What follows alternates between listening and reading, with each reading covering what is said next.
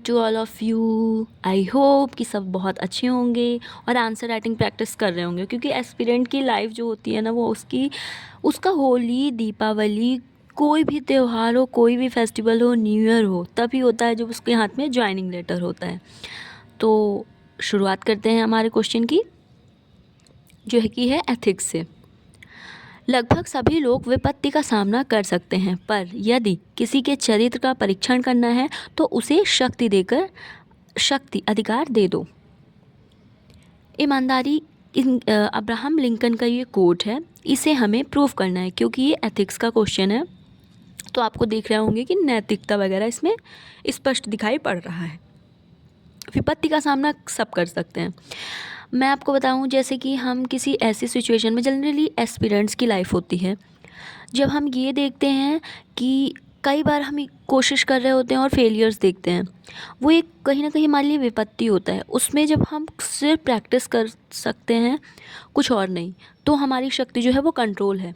But अगर वो civil servant बन गया, तब उसने जो धैर्य सीखा, क्या वह अपने रियल लाइफ ज़िंदगी में या फिर अधिकारी की ज़िंदगी में वो उस चीज़ को अपना पा रहा है, उस चीज़ से समाज को हेल्प कर पा रहा है, किस प्रकार से सहायक है। तो हमारा आंसर है, विपत्ति की स्थिति में व्यक्ति प्रायः परिस्थितियों से बाध्य होता है, इसलिए धैर्य, सहनशीलता और संघर्ष की भावना प्रदर्शित करना अपेक्षाकृत सहज हो जाता है। मतलब जब आप पे कठिनाई आती है, तब तो खुद पे कंट्रोल करना थोड़ा आसान होता है। कठिन समय में व्यक्ति के पास विकल्प सीमित होते हैं, अतः उसका व्यवहार परिस्थितिजन्य भी हो सकता है। मतलब वो कहीं ना कहीं परिस्थितियों से कंट्रोल हो सकता है।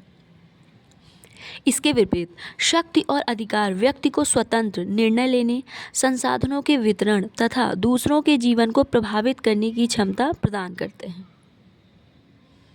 ऐसे में बाहरी नियंत्रण कम हो जाता है और व्यक्ति का वास्तविक चरित्र सामने आता है।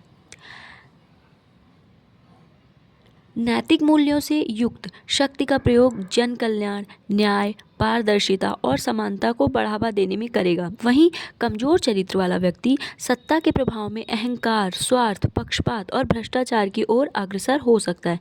मतलब कोई दृढ़ प्रतिज्ञ है, कोई विल रखता है, अंदर की क्षमता, संकल्प उसका दृढ़ है, तो वो किसी भी परिस्थितियों में अपनी नैतिकता से डगमगाता नहीं है, है ना। लेकिन वहीं पे अगर कोई कमज़ोर इंसान है और थोड़ी भी सिचुएशन या परिस्थिति ऐसी आई, तो वो परिस्थितियों के अनुसार खुद को चेंज कर देता है। तो ये कहीं ना कहीं शक्ति का ही प्रभाव माना जाएगा। फिर है हमारा निष्कर्ष। इतिहास और समकालीन समाज दोनों में अनेक उदाहरण ऐसे मिलते हैं जिसमें नेतृत्व पदों के लिए केवल क्षमता या योग्यता ही नहीं, बल्कि मजबूत नैतिक चरित्र का होना अनिवार्य है। वास्तव में शक्ति व्यक्ति को बदलती नहीं, बल्कि उसके भीतर छिपे सत्य को उजागर करती है। आप जो भी इसमें इम्प्रूवमेंट करना चाहते हैं, या आपका आंसर जो भी हो, जो भी आंसर फॉर्मेट हो सकता है बेस्ट, वो मैं आपको बताने की कोशिश करती हूँ। मैंने क्योंकि मेंस दिया हुआ है, तो अब एक दो मार्क्स से है, तो पता नहीं उसमें क्या है, लक है या जो भी, लेकिन मैंने पूरी कोशिश की। और जनरली ऐसे ही आंसर राइटिंग होती है। मैंने 2-3 टेस्ट सीरीज ज्वाइन की थी और काफ़ी अच्छे मार्क्स आते थे, बट पता नहीं बैड लक या जो भी है कि मेरा हुआ नहीं, बट आंसर ऐसे ही होता है। ठीक है, डाउट नहीं करना है। जो गलतियाँ मैंने की हैं, मैं चाहती हूँ वो आप ना करें, इसलिए मैं कोशिश करती हूँ उस चीज़ को और बेहतर तरीके से बता पाने की। अभी मैं आराम से आंसर लिखती हूँ तो इम्प्रूवमेंट ज़्यादा अच्छा है। एग्ज़ाम हॉल में 3 घंटे में 20 क्वेश्चन सॉल्व करना, थोड़ा जो है वो माइंड को टाइम इतना मैनेजमेंट नहीं मिल पाता है ना। उन्हीं सब चीज़ों को सही करना है कि कैसे सभी आंसर्स कंप्लीट हों, माइंड मैपिंग हो, मैनेजमेंट अच्छा हो टाइमिंग का और आंसर राइटिंग का। नेक्स्ट क्वेश्चन है हमारा, शत्रुओं पर विजय पाने वाले की अपेक्षा मैं अपनी इच्छाओं का दमन करने वाले को अधिक साहसी मानता हूँ। ये अरस्तु का कोट है। अब इसको बताना है कि इनके कहने का वर्तमान समय में, प्रेजेंट टाइम में एज अ सिविल सर्वेंट क्या महत्व रखता है। अरस्तू के यह विचार आत्म संयम और नैतिक बल की महत्ता को रेखांकित करता है। बाहरी शत्रुओं पर विजय प्रायः शक्ति, रणनीति और परिस्थितियों पर निर्भर करती है, जबकि अपनी इच्छाओं पर नियंत्रण पाना निरंतर आत्मसंघर्ष, धैर्य और दृढ़ संकल्प की मांग करता है।